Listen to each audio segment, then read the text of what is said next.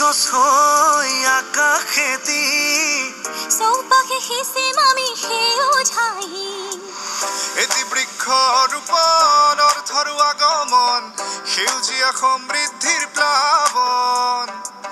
হাতে হাত ধৰি আমি গঢ়ো এখনি সেউজীয়া সপোনৰ অসম বৃক্ষৰোপণৰে আন্দোলন নতুন ভৱিষ্যতৰ নজাগৰণ নতুন দিগন্তৰ যেন উন্মিলন এয়া অমৃত বৃক্ষ